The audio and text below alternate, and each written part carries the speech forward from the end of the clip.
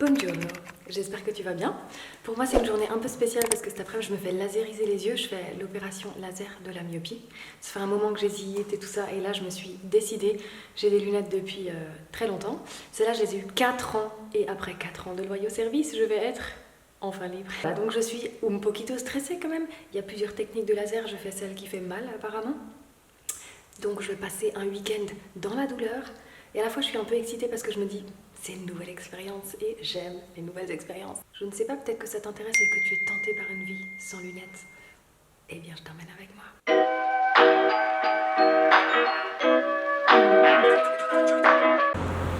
De base je suis speed et là je dois aller faire des photos d'identité. Quelle idée, parce que je fais changer mon passeport. Gardez une expression neutre, fermez la bouche et ne souriez pas. Retirez tout chapeau. Rien de visible dans les cheveux. Votre coiffure ne doit pas dépasser du cadre. Dégagez votre cou. Dégagez votre visage. Les oreilles apparentes, pas de boucle d'oreille ou piercing. Et gardez les yeux ouverts. Quand vous êtes prêt, appuyez sur le bouton vert. Ça y est, Dorothée, je suis à l'état brut, j'ai dû enlever mon maquillage. Ça change, hein? Ça change. Je suis en on dirait que t'es maquillée encore. Merci. Non mais c'est vrai. Que vous faites? Vous allez être allongé sur un brancard. Le brancard il vous emmène sous le laser. Une fois dessous, vous aurez une diode verte qui clignote juste au-dessus de vous. Donc ça, dites-vous que c'est votre point de fixation en fait pendant toute la durée du traitement. Faut vraiment pas que je bouge. Alors, vous pouvez, mais fixez toujours ce point vert. Okay. Sachant que ce point vert, il va devenir flou, il va peut-être être amené à disparaître si le docteur passe sa main dessus ou quoi que ce soit. Si c'est le cas, ne le cherchez pas. Vous avez juste à regarder droit devant vous. À savoir que le laser, lui, il est équipé d'un système de tracking. C'est-à-dire qu'il suit votre œil en temps réel, il compense tous ces micro-mouvements. Et si jamais vous avez peur de dévier le regard du point vert, pas de panique, le laser s'arrête. On se recentre tranquillement, et ensuite il reprend le traitement au même endroit où il s'arrêtait. Moi j'avais trop l'impression que si on dévie c'est gris. Non, pour vous dire, vous avez un tracking sur 6 dimensions. C'est bien, ok d'accord. Non, il y a quand même une sécurité C'était ça, derrière. je me suis dit ça va être... Après, le but du jeu, c'est quand même toujours fixer ce point vert. Le docteur commence habituellement par l'œil droit, ensuite il fait à l'œil gauche, donc pour ça il va placer un écarteur de paupières. Ce que je peux vous conseiller, c'est de garder constamment les deux yeux ouverts. En fait, si vous fermez les yeux, vous allez... Ça crée une petite... C'est ça, vous allez vous crisper et induire une gêne en fait inutile au niveau des paupières et des arcades. Donc voilà, vous gardez les deux yeux ouverts, vous clignez normalement. Sur l'œil traité à ce moment-là, vous n'aurez pas possibilité de cligner. Pour ce qui est de l'anesthésie, c'est une anesthésie locale par goutte, un peu comme le fond d'œil, ça picote les 30 premières secondes, on serait tranquille pendant 30 minutes, 3 quarts d'heure. Et pour le temps de traitement, ce sera environ 40 secondes par heure. Génial. Vous savez tout. Me voilà rassurée.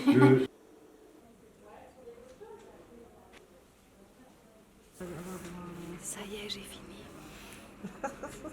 Je suis en bonne compagnie de ma mère et Dorothée. Petit update, on a 3 heures après l'intervention, donc déjà ça s'est vachement bien passé. L'ophtalmo a bien pris le temps d'expliquer les choses, t'es allongé sur un brancard bien calé, il t'anesthésie les yeux, il te les désinfecte, ça brûle un peu, et puis ensuite c'est un œil après l'autre, 30 secondes par œil, il y a une petite lumière verte que tu dois regarder, qui clignote, et que tu dois pas lâcher du regard. Donc moi j'étais là, j'avais trop les boules que genre si tu regardes un petit peu à côté, pouf, et ça te crame l'œil et ça foire, mais pas du tout, c'est vraiment high-tech, la machine elle suit tes micro-mouvements et tout, donc franchement hyper rassurant. Et puis l'ophtalmo avec qui j'étais, il était vraiment top. Après, il prescrit un calmant pour un petit peu relaxer et des antalgiques quand même un peu forts. Bon, il y a du Doliprane et du Tramadol. Donc là, je les ai pris et je pensais trop que ça serait l'horreur en fait. Mais ça va. Oui, je sens, c'est un petit peu désagréable dans les yeux, mais franchement, pas ouf. Bon là, je vois flou, je vois pas bien, je vois flou. Et j'ai des lentilles, des lentilles pansement pendant 2 jours. So far, so good. Waouh, merci, bonne app. Merci. Phase 2. J'ai parlé peut-être un peu trop vite.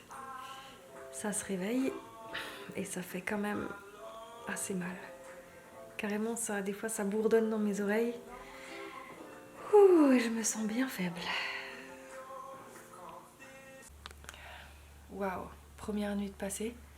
Je sais pas trop comment j'ai dormi parce que les médicaments, ils m'assommaient quand même, mais j'étais un peu réveillée tout le temps. En fait, j'avais genre des vagues de douleur qui venaient de mes yeux et qui faisaient bourdonner mes oreilles. c'est très spécial. Je m'attendais à ce que ça soit horrible, donc c'est pas aussi pire que ce à quoi je m'imaginais. Mais je m'attendais pas à ce que ça soit comme ça. Et là, par exemple, là je filme, mais juste après je me remets dans le noir parce que même les yeux fermés avec les lunettes, la lumière me fait mal. Je suis super photophobe. Et j'ai mis des gouttes déjà ce matin. Ouvrir les yeux, c'est désagréable. Ça se fait, mais c'est désagréable. Donc voilà, c'est pas l'horreur, mais disons, c'est pas évident non plus. Il est 11h, ça va un petit peu mieux et je vais te dire pourquoi. Quand on sent une douleur dans un endroit de notre corps, notre système nerveux il est un peu focalisé là-dessus. Et le reste de notre corps, en gros, il est silencieux, il ne se fait pas entendre. Par exemple, moi là, j'ai mal aux yeux, je sens pas mes jambes, je sens pas mes bras, enfin, il n'y a pas de souci. Donc en fait, toute mon attention est concentrée sur ma douleur des yeux. Genre, j'ai mal, qu'est-ce que je peux faire? J'ai mal. Le concept, c'est, vous l'avez déjà peut-être expérimenté, si t'as mal à un endroit et que tu te fais mal à un autre endroit, bah tout d'un coup, le premier endroit te fait moins mal.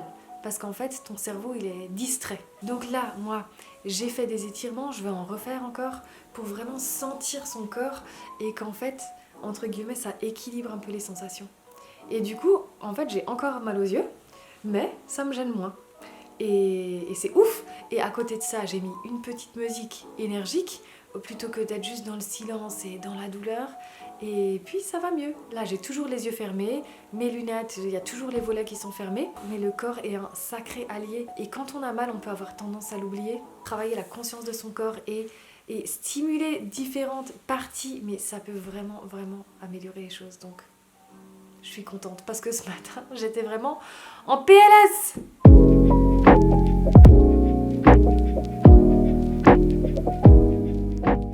Ce soir, tout m'éblouit à fond. Je suis hyper sensible à la lumière. Là, je vais tout de suite éteindre. Il est genre 20h30, je vais au lit et j'ai juste envie d'être dans le noir. Oui, tout à fait.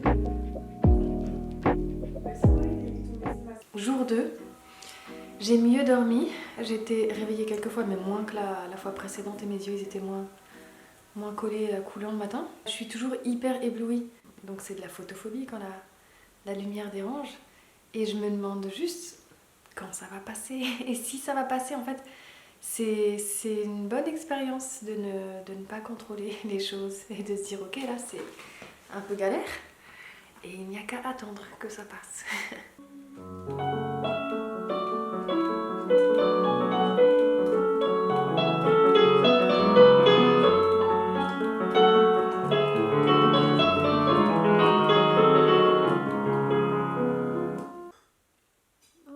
Elle a le goût de quoi? Troisième jour, mini update, ça va beaucoup mieux. Depuis hier après-midi, il y a eu un shift et j'ai plus aucune douleur, je prends même pas de Doliprane. Je suis éblouie, mais rien à voir avec avant. En intérieur, j'ai pas tout le temps besoin d'avoir les lunettes de soleil. Hier matin, donc le deuxième jour, encore toute la matinée, je suis restée dans le noir, volet fermé, avec une serviette sur mes yeux. J'avais vraiment besoin d'être dans l'obscurité. Et puis l'après-midi, tranquillement, ça s'est levé, donc trop cool. J'ai pas le droit de me laver les cheveux pendant 8 jours, ceci explique cela, quoique ça change peut-être pas trop d'habitude. J'ai pas le droit de me maquiller pendant 8-10 jours, et ceci explique cela. Donc j'accueille ce style au naturel, et voilà. On est à J5, chaque jour je vois un petit peu mieux, et c'est assez ouf comme expérience. C'est ouf, j'ai l'impression d'avoir des nouveaux yeux.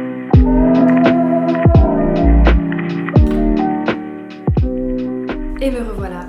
3 semaines après l'intervention, je voulais laisser passer du temps pour que ce soit stabilisé et j'ai eu aussi mon contrôle chez l'ophtalmologue il y a 2 jours.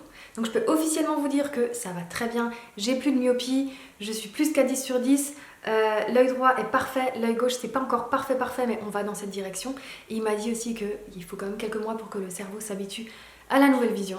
Et en tout cas je me sens libérée, délivrée, c'est génial comme sensation, c'est ouf. Je voulais faire une petite parenthèse théorique sur les 3 techniques qui existent pour opérer la myopie. Déjà, qu'est-ce que c'est la myopie? La myopie, c'est quand on voit flou de loin et bien de près. En gros, c'est comme si l'œil il est trop long ou trop courbé.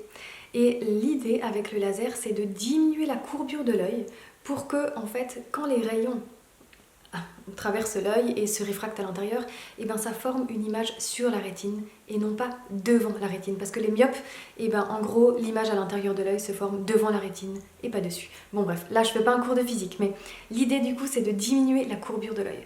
Pour ça, il y a 3 techniques. Premièrement, la plus ancienne et celle que j'ai faite, c'est la photokératectomie réfractive avec le laser excimer. Donc là, c'est tout simple, on a un laser qui vient limer la surface de l'œil. Donc il enlève et il remodèle la couche superficielle de la cornée. Donc c'est facile, mais du coup, ça fait quand même un peu mal et le temps de cicatrisation est le plus long. On l'utilise dans certains cas, notamment chez des personnes qui ont une cornée fine et les yeux à tendance sec. C'est mon cas. Après cette intervention, il y a des lentilles qui sont posées pour faire pansement pendant 2-3 jours. On transmet des lunettes de soleil aussi et des coques pour protéger les yeux, en tout cas la première nuit. La deuxième possibilité, c'est le LASIK. Dans le LASIK, imaginez que ça, c'est un œil. Et le laser, il vient découper comme un volet sur la surface de la cornée, qui est tout fin de l'épaisseur d'un cheveu. Et ensuite, ce volet, il est soulevé. Et ensuite, le laser, il lime en dessous du volet. Et ensuite, on referme le volet. Donc là, c'est pas le dessus de l'œil qui est limé, c'est en dessous. Donc forcément, ça fait beaucoup moins mal, ça cicatrise très vite. Par contre, apparemment, ça peut potentiellement augmenter la sécheresse de l'œil. Donc voilà, les indications, elles sont à déterminer par l'ophtalmo. Et troisièmement, la technique la plus fréquente, c'est la technique SMILE. SMILE pour Small Incision Lenticular Extraction. Et ça, c'est, imaginez, c'est toujours un œil. Là, le laser, il fait une petite incision de 2 mm. Et ce qui est ouf, là, c'est que le laser, il va découper comme une lentille dans la couche moyenne de la cornée, donc à l'intérieur, sans soulever rien du tout, à distance. C'est quand même fou ce qu'on fait. Et ensuite, avec une pince, l'ophtalmo l'enlève. Donc apparemment, c'est super rapide, c'est super efficace, c'est génial. Voilà, les 3 techniques qui sont possibles et qui sont à discuter, enfin même pas à discuter, c'est lui qui décide, ou elle, mais avec votre ophtalmo. Je voulais vous faire un récapitulatif au cas où vous pensez éventuellement à vous faire opérer. Premièrement, je pense que c'est important de prendre votre temps et de vérifier que vous ayez bien confiance en l'ophtalmologue qui vous fait l'opération. Parce que vous allez quand même remettre vos yeux à quelqu'un, c'est pas rien. Personnellement, j'ai trouvé ça hyper intéressant. C'est vraiment un processus de confiance.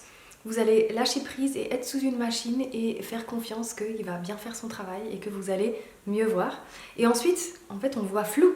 Et pendant 10-15 jours, on voit chaque jour un petit peu mieux.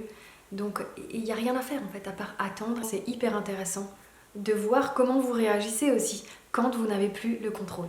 En tout cas, moi, j'ai pu voir que j'avais pas mal de méfiance. Finalement, c'est un bon apprentissage. Deuxièmement, ce qui m'a le plus aidé pour la gestion de la douleur, c'est de faire des étirements et de stimuler d'autres parties de mon corps. Je le dis encore très rapidement. Vous savez peut-être que quand vous faites mal à un endroit et que vous faites mal à un autre endroit, tout d'un coup, on a beaucoup moins mal au premier endroit. Donc là, l'idée, c'est que vous allez avoir mal aux yeux quand même. Donc l'idée, c'est pas de vous faire mal ailleurs, mais de stimuler les autres parties de votre corps pour un peu équilibrer les sensations au niveau de votre système nerveux. Donc une séance de stretching, un massage un peu profond des pieds, des jambes, du dos, ça peut vachement aider. Bien sûr, l'ophtalmo vous prescrira aussi des médicaments que j'ai pris aussi, mais je suis assez sensible donc ils me rendaient un peu capoute, donc je les ai pas pris trop longtemps.